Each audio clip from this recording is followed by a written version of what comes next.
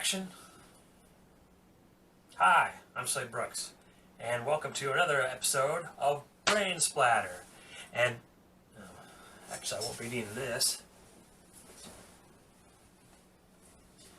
because I'm talking to you today about the making of my latest song, Chemistry.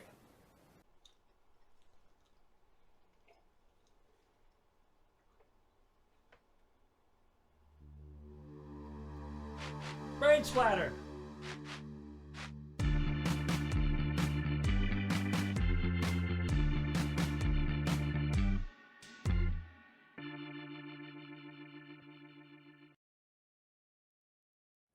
It always takes me, I have to have music before I come up with the lyrics. I'm not one of these people that write lyrics beforehand and then come up with music to fit those lyrics. It's more like I fit the lyrics to go with the music. That's always what I aim for. I'm very ADD when it comes to lyrics, in that I bounce around the timeline like crazy. So think of the way I write lyrics is almost like the whole season of Lost, the whole series of Lost. The song was very much a prequel to Reasons Why. When I first started the song, all I had was a bass part and drums. And I had this line sitting around. I think the line was, "You're far from heaven and damn near hell." But I wanted to use that somewhere in a different song. So what I said was, "It's more than heaven, but hurts like hell." And that's how it starts out, and it's basically a segue into setting up this memory. And eventually the song turns into the present. Like, this is happening now. The line, "It's more than heaven, but hurts like hell." You're thinking of something in the past, and the memory of it's wonderful, but the pain, knowing that person's not in your life anymore, that is what's the hell. That's what hell is. Under the feather of the midnight sky, the doubt we tether where we lie. And that was, under the feather was kind of this phrase that I made up as the influence of pillows. The night's getting late, we're drunk, are we gonna do this thing or what? The chorus goes, "It's chemistry and I feel it too. I feel alive when I'm thinking of you. It's all we need to light the way, down through the darkest days." It's a place and time where we understand much more about the universe than we used to. It's like maybe love does that in a way. It makes us understand what we don't know about ourselves and about other people. Too, that was just about this couple that, like, figuring out what they are, which is the main point of the song. Goes on later in the third verse. "You said you're taken and mostly blue." All that stuff is the complication in the matter. A great song has a dilemma in it, is what I was told, and so I had to put that in there. Chemistry and love and science and knowledge, all of it kind of rolled into one. Chemistry between people is this connection, and their togetherness lights them through their future. In the same way that science would guide us through our knowledge of how the universe works and our understanding of to make technology work, the actual lights go on. So how all of that relates to each other through chemistry and our connection to one another. As the song progresses, you kind of find out there's more complications to this thing, why these people can't quite get together right away. And the ultimate question is, do we carry this out despite these complications, or do we end it?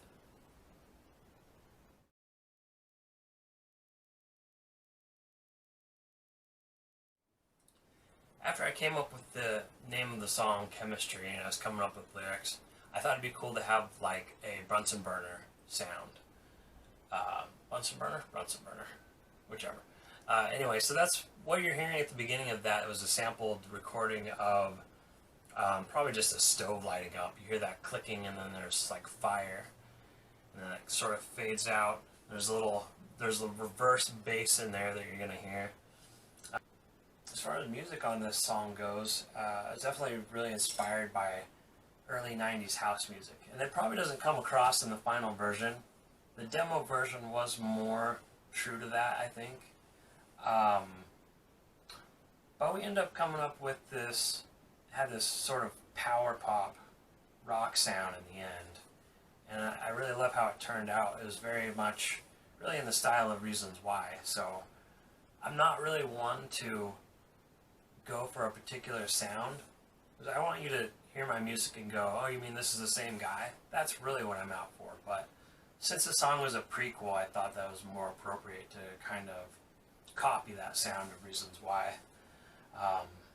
And that's why I chose to go with Tonic Room Studios to record again. I thought that was probably the best way to capture that. That's Mabel's voice that you hear on there. Basically, I was looking for people on Facebook to do like a Valley Girl type vocal. I just thought it'd be funny. Total Attraction on a subatomic level in there. So we threw that in there. I wasn't sure which part to do it at, so we just ended up putting it both in there. That section with Total Attraction on a subatomic level was actually used on a phone from, I think it was World War II, that was announced that the war was over. So there's this little piece of history in that song. I did this thing with the outro on the album version that you're going to hear. Third Eye Blind does this thing where they have like this extension onto the song afterwards. And it makes sense, but it doesn't make sense. But the part that I used,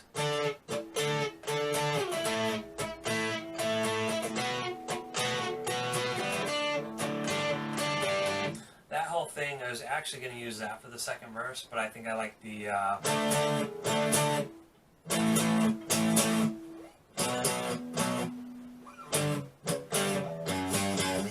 like that part better, so I ended up using that as a second verse.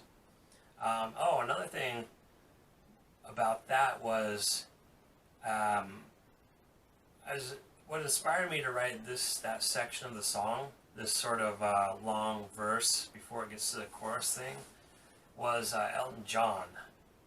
What is it? It's a Tiny Dancer, I believe, that has like a verse, a break in the verse, another verse, and then it gets to the chorus, and it doesn't get to the chorus for like a minute and a half into the song. So I was definitely thinking about that when I wrote the song, to do that extended verse to the chorus section. As with a lot of the songs that I've written lately, I usually start out with the drums and bass or some other music.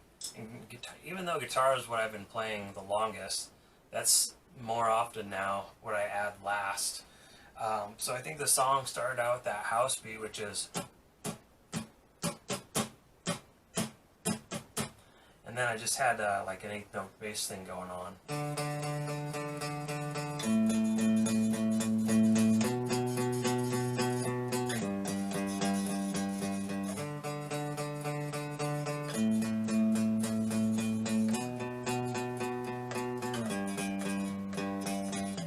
It's more than heaven, but hurts like hell. 777 at the well. It's more than timing when you fell. The fading glow of your cell. And then so I just figured the chords out from that. Pretty simple. Then I kind of came up with, here's a lead line that actually didn't make into the song. Maybe I'll use it later. But it was, let's see if I can remember it. Oops.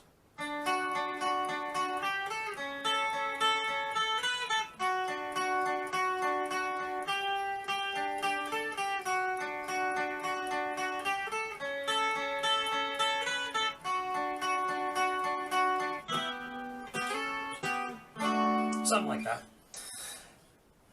Later on, of course, I just added some heavy guitar parts in there.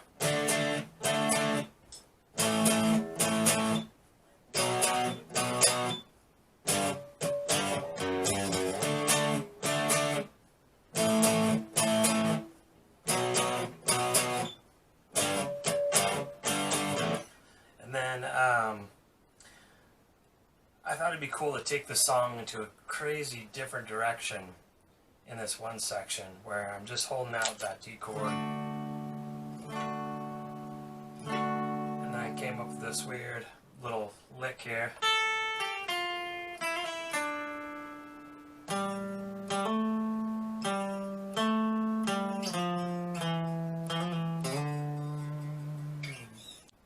Thanks for watching, everybody. You can hear my music on Spotify, Amazon Music, Apple Music, Bandcamp, you name it. Watch the video, subscribe to my channel. We'll see you next time.